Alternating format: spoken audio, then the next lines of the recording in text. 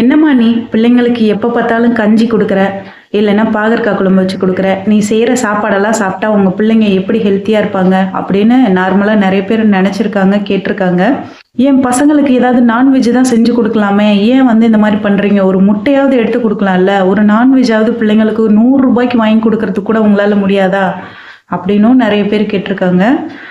Non veg வந்து நான் ஏன் பிள்ளைங்களுக்கு கொடுக்கல அப்படின்றதுக்கு நான் ஒரு விஷயம் சொல்கிறேன். யாரும் கோவப்பட்டுறாதீங்க.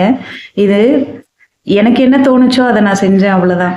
அன்னைக்கு நேரம் வந்து சரி தப்பு அப்படின்னு யாரும் சொல்லலை. அதனால நான் என்ன தோணுச்சோ அதை செஞ்சு அப்படியே பிள்ளைங்களை வளர்த்துட்டேன். பசங்க மனசில் நான் நிறைய விஷயத்த வந்து திணிச்சிட்டேன். நான்வெஜ் சாப்பிடக்கூடாது, அது வந்து சாப்பிட்டா அது என்ன பிரச்சனை அப்படின்றத நான் வந்து பசங்க கிட்ட வந்து மனசளவில் வந்து ரொம்ப ஆழமாக வந்து அதை கொண்டு போயிட்டேன். என்ன சொல்லி அதை நான் வந்து கொண்டு போனேன் அப்படின்னா, அந்த கோழிக்கு வலிக்கும், அந்த ஆட்டுக்கு வலிக்கும், அந்த மீனுக்கு வலிக்கும்ல, ஒரு உயிரை வந்து நம்ம கொன்று சாப்பிட்றது தப்பு அப்படின்றத நான் வந்து பசங்களுக்கு ரொம்பவே தெளிவாக சொல்லி கொடுத்தேன். கோழியே இப்போ நம்ம சாப்பிட்றோன்னு வச்சுக்கோங்களேன், அதோட வாழ்க்கை முடியறதுக்கு முன்னால், அதோட ஆயுசு முடியறதுக்கு முன்னால் தானே நம்ம வந்து அதை எடுத்துக்கிறோம். அது ஒரு பெரிய பாவம். அது வாழக்கூடிய வாழ்க்கையை வந்து நம்ம அழிச்சிட்டு அதை நம்ம சாப்பிட்றது தப்பு அப்படின்ற மாதிரி என் மனசுக்கு சின்ன வயசுலேருந்தே விதைச்ச ஒரு விஷயத்த நான் வந்து பசங்க கிட்ட அப்படியே நான் விதைச்சிட்டேன். என் பெரிய பையன் வந்து அவங்க அப்பா நான்வெஜ் சாப்பிட்டதுனால அவனும் வந்து சில இடங்கள்ல நான்வெஜ் சாப்பிட்ருக்கான். ஆனால் சின்ன பையன் வந்து டோட்டலாக என்ன மாதிரியே எந்த இடத்துலையுமே அவனுக்கு பிறந்ததுலேருந்து கொடுக்காமலே நான் மெயின்டைன் பண்ணிட்டேன். ஆனாலும் பெரிய பையன் வந்து இப்போ அவனும் சாப்பிட்றது இல்லை, ஏன்னா நம்ம தான் எடுக்கிறதே இல்லையா, அப்புறம் எப்படி அவன் சாப்பிடுவான். இப்போ என்ன விஷயம்னா, பெரிய பையன் ஒரு வார்த்தை கேட்டான். சரி, நான்வெஜ்ஜு சாப்பிடக்கூடாதுன்னு சொல்றீங்க, அப்போ காய்கறியை வந்து நம்ம வெட்டுறோம், அதுக்கு வலிக்கும்ல, அப்போ அது மட்டும் தப்பு இல்லையான்னு கேட்டான் ஒரு தடவை.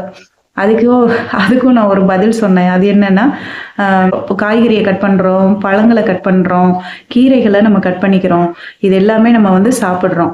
ஆனால் இது எல்லாத்துலேயும் ஒரு டிஃப்ரெண்ட் இருக்குது.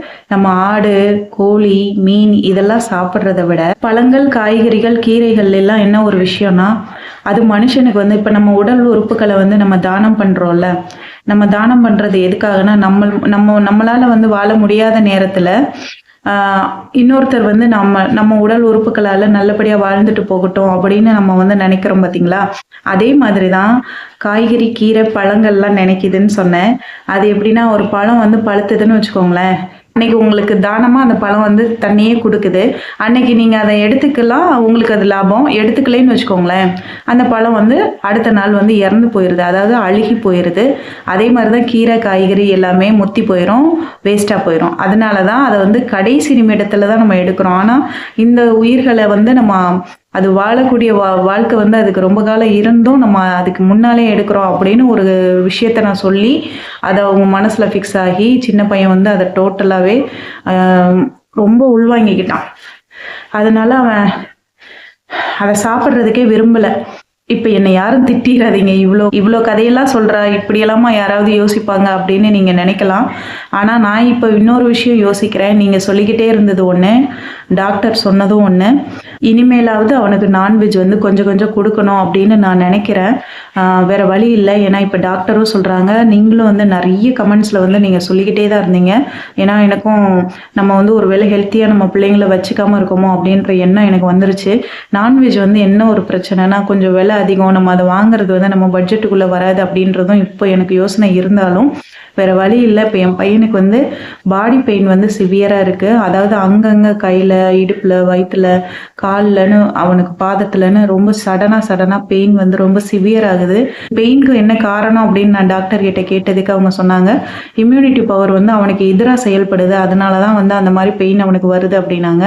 அப்போ இம்யூனிட்டி பவர் வந்து இருந்தும் அவனுக்கு அது எதிராக செயல்படுது அப்படின்றப்போ நம்ம இன்னும் கொஞ்சம் அவனுக்கு ஸ்ட்ரென்த்தை கொடுத்துக்கிட்டே இருக்கணும். ஒருவேளை சத்துக்கள் ஏதாவது குறைஞ்சிட்டா இன்னும் டவுன் ஆயிடுவானோ அப்படின்னு ஒரு பயம் எனக்கு இருக்குது. இதை எப்படி எனக்கு கரெக்டாக சொல்கிறதுன்னு தெரியல. ஏன்னா எல்லாமே மெடிக்கல் டேர்மில் வந்து நிறைய சொல்கிறாங்க. அதை உங்களுக்கு நான் கரெக்டாக கன்வே பண்ண எனக்கு தெரியல.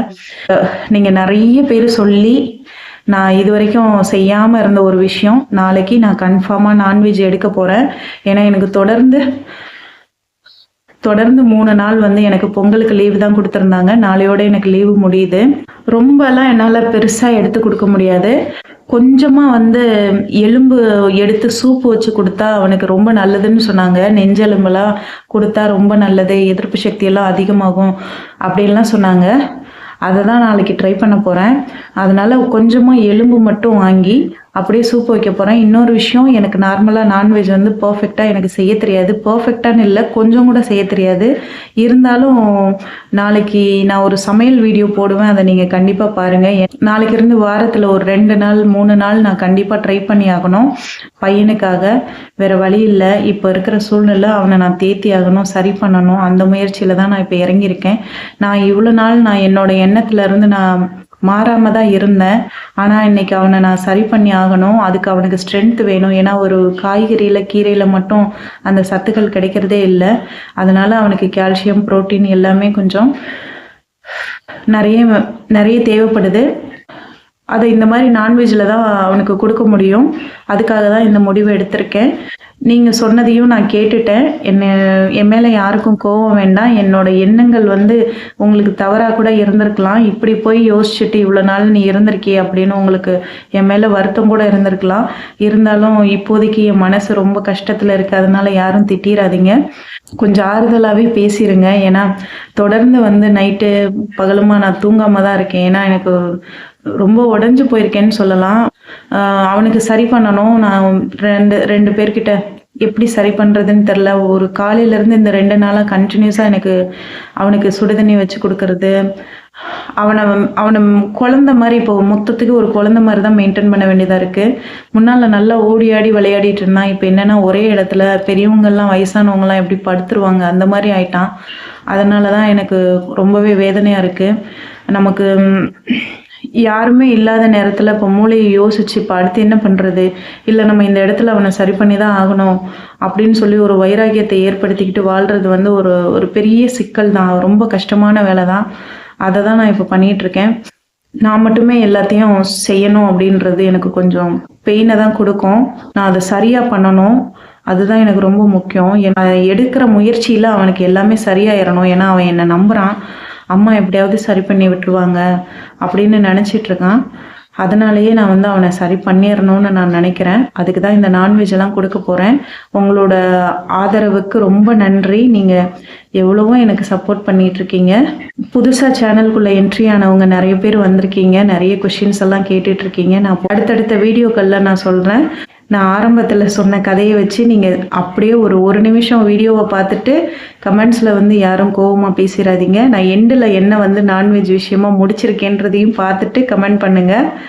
நன்றி, வணக்கம்.